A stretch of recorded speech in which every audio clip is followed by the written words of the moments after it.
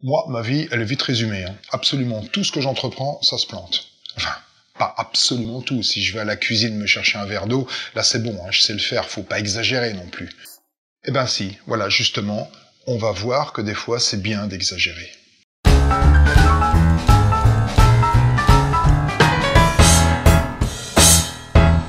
Quand on exagère un truc à donf, on appelle ça une hyperbole. Par exemple, j'ai la dalle, putain, je meurs de faim. Bah, c'est super abusé parce que on meurt pas vraiment en fait. Voilà, c'est ça une hyperbole, c'est abusé. Donc si je prétends que je rate absolument tout ce que je fais, l'absurdité de l'exemple extrême montre que c'est pas vrai. Et je suis même capable de faire des trucs plus compliqués, comme ranger mon linge ou même accrocher un tableau au mur. Par contre, construire une centrale nucléaire tout seul, sur un pied, uniquement avec des Legos, là je suis plus mitigé. Disons que je me viande dans tous les projets importants. Enfin, jusque-là, parce qu'à partir de demain, je vais peut-être me lancer dans des projets qui vont aboutir, j'ai pas une boule de cristal. Et si je veux être honnête, j'ai pas non plus tout merdé jusqu'à maintenant. J'ai échoué plein de fois, alors ça c'est clair, mais il y a des fois où ça a quand même un peu fonctionné, mais juste pas aussi bien que je voulais, c'est tout. Et si je veux vraiment être honnête, quand même un ou deux projets qui ont vraiment bien marché. Vous voyez le principe du truc? On part d'une affirmation absolue, je plante absolument tout ce que je fais.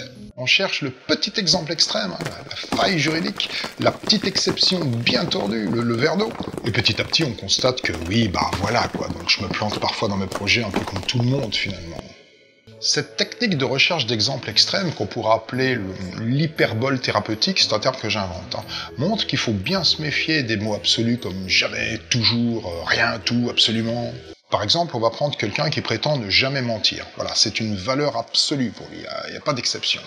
Pas d'exception. Vraiment. Ça veut dire que si son fils de 6 ans lui ramène un dessin qui ressemble à un dessin de gamin de 6 ans... Il est beau mon dessin. Si on ment jamais, on devrait logiquement répondre « Non mon chéri, ton dessin il est pas beau. Il est même juste super moche. » Tu es le maillon faible. Au revoir. On dit souvent que c'est pas beau de mentir, mais alors là, c'est pas beau de pas mentir. Tu avais le choix entre dire la vérité ou être drôle. La bonne réponse était... Enfin, la réponse la plus pertinente était « Oh oui, mon chéri, ton dessin il est tellement beau qu'on va même le coller sur la porte du frigo. » Bon, là c'est marrant, mais on va prendre un truc nettement moins drôle. Pendant la guerre de 40, un juif se réfugie chez vous. 5 minutes plus tard, il y a un nazi qui frappe à votre porte et qui vous demande si vous cachez quelqu'un.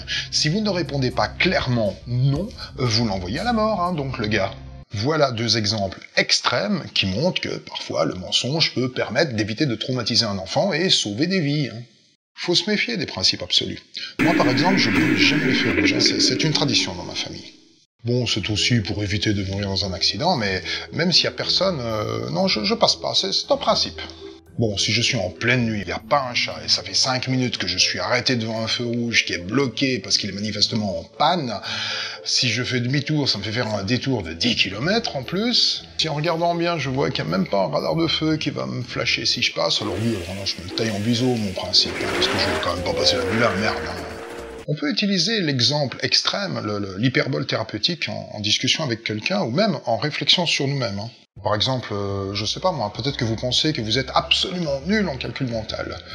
Absolument nul. Bon, vous êtes sûr, il n'y a vraiment aucune opération que vous pouvez faire de tête, même les plus simples.